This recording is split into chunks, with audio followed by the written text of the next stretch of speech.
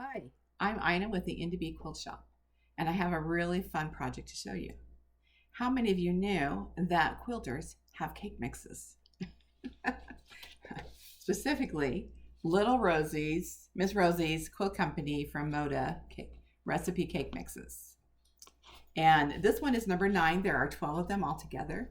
This one takes one layer cake that's in print, one charm pack or 5-inch squares, and then you need to have the same equivalent of either backing, or you can get a layer cake that is your solid color, like the white in here, to make this. Okay, so let me show you how you use these. You may have seen this before, but we're going to talk about this a little bit more, some things.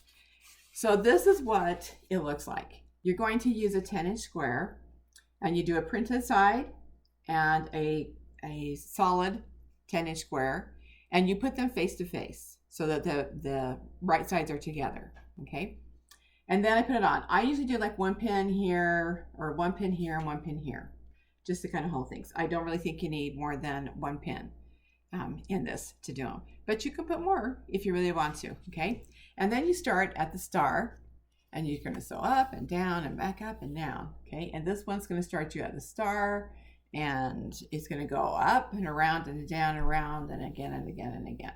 Okay, when you get done, you will have 2 half square triangles, 2 other half square triangles, and I'll show you what to do with those. These are going to be 8 half square triangles. You cut them out on the solid lines. You just follow the lines. You throw away the excess, and then you cut these squares out. Now these, you may want to keep the pin in, you may want to pin twice so that it doesn't shift on you at all, because you can see there's no sewing in this section. So you're going to just cut, okay? When you get done, you will have some half square triangles like this. You're going to press them to the dark side, and then you're going to match 2 of them together, just like you can see here that there's 2 of them, okay? And you're going to match them and nest the seams together and then pin them. I just make sure I match here, I matched here, we're all the way together there, okay?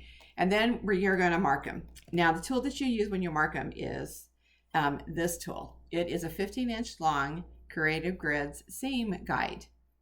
And let me show you how I use that.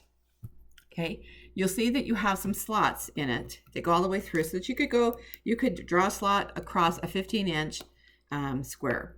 So the line is really great. You can either just go ahead and mark in the line here, here, and here, or you can just mark on the outside. So I like to choose to mark on the outside. If you have like a 1/4-inch foot that you really like, that works really, really well for you, then you could just go ahead and mark down the center and just use your whoops, I got off skelter. Could use your 1/4-inch foot to show you where to go. Okay, and then I'm going to do this one. Now, if I'm just using a pencil, because I'm going to sew right on that pencil line, and no one's ever going to see it. It doesn't show up on the other side. But you could use this tri-colored pencil. It has, again, a darker lead. You can see the darker lead there. Just push it out there. There is a pink one, which is really great when you're doing light colors like this one, because you could do a pink and have it show up. Let me do the pink on this other side, so you can see, because I'm going to use my last color for the other one. So you can see how the pink shows up pretty good on anything that is lighter or even darker. Pink is a really great one to use, like on navy or black, where you wouldn't be able to see a pencil line. And then we have a white, and so I'm going to use the white one here. Okay, we have refills for these also in the shop. It's one of my favorite tools when I'm marking. So then you can see this a little better. You can see the white and you can see the pink. That's right there. And then I'm going to cut through that, but I want you to see something. So this is my 1/2-inch mark from here to here. Okay, when you put this down and I put it on top of it, those lines sometimes are not right. They're a little bit bigger than 1/2 inch. These ones seem to be pretty good on the money. But what I like to do is I like to sew just inside here. just barely inside, right against the line. So you can just see that stitching line right against the line all the way down. And then cut it down through the middle. When you cut it down, you're going to get pieces like this, okay? This is your quarter square triangle. And because they're each a quarter of a square. Also, when you go to iron these, you want to make sure, let me give you a better one so you can really see that squared up. When you fold them open, you want to get this little four patch in the middle. It's very easy to get that. All you do is make sure all the seams are being pressed in the same direction, okay? And when you go to press the two of them, will be in the same direction that you're gonna have to like measure. But here you have this little forward patch in the middle. So it gives you, it's very flat. It also gives you a tighter center than if you had ironed it only one direction and the other direction. So when you get done with all of that, this is what you have left. These pieces is what you get out of this cake mix, okay? You get all of those. This comes from your 5-inch square or charm pack, okay? And I'll show you a little bit later how to cut those down. And you're going to want to go ahead and just, put your whole block together. So let me show you how you do that. Start with your one thing in the center. You're going to put all of the whites of these quarter squares on this square in the middle. And then each of these small ones will go here. So when you get done and you've cut all of these out, it might seem like, well, what colors do I match with what colors? In all reality, you just have to find what looks good to you, okay? And sometimes I'll do it and then I'll say, okay, no, when I'm down to the end, I'm like, I need something else to put in there. And then these are all put so that the triangle, the points of the printed pieces go towards the center on that.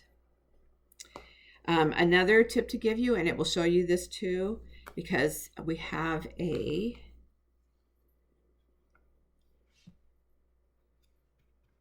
I'll show you in a second. So there you go. You've got the square. You'll notice that these two are the same color as what's in the center.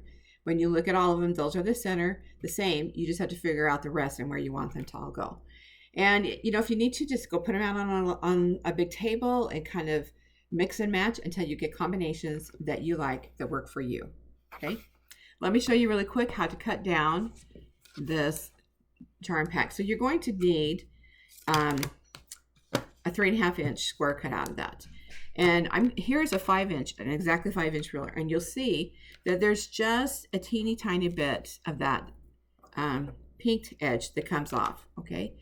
Because that's where the 5-inch goes from the valley to the valley, but not the peaks. And if you're really careful with how you do it, you've got it all lined up really well and everything's all fitted together. I'm going to just take a 3.5-inch square that's exactly the size that I need. And I'm going to take off that peaked edge to this. I love these little embroidery mats because I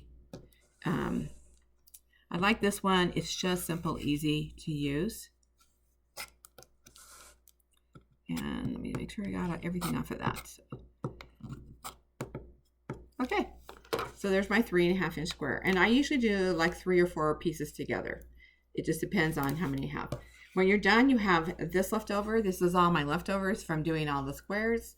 And they are all about, they're all about 1.5 inches. So that gives me something I can do, something with and end up with a 1-inch. 1-inch strip, 1-inch square, whatever. But there's still some fun colors that you could use that for something else down the road. Okay, take it back up for this. Now, we'll have a free pattern to make this quilt on our website that you can download for free. It was a free pattern from Moda, and I'm not sure if they have it. It will look like this because that's the front of it. And it will show you how it has these different combinations. But honestly, you should just take these, lay them all out, put together the combinations that you think look the best and that work the best for you.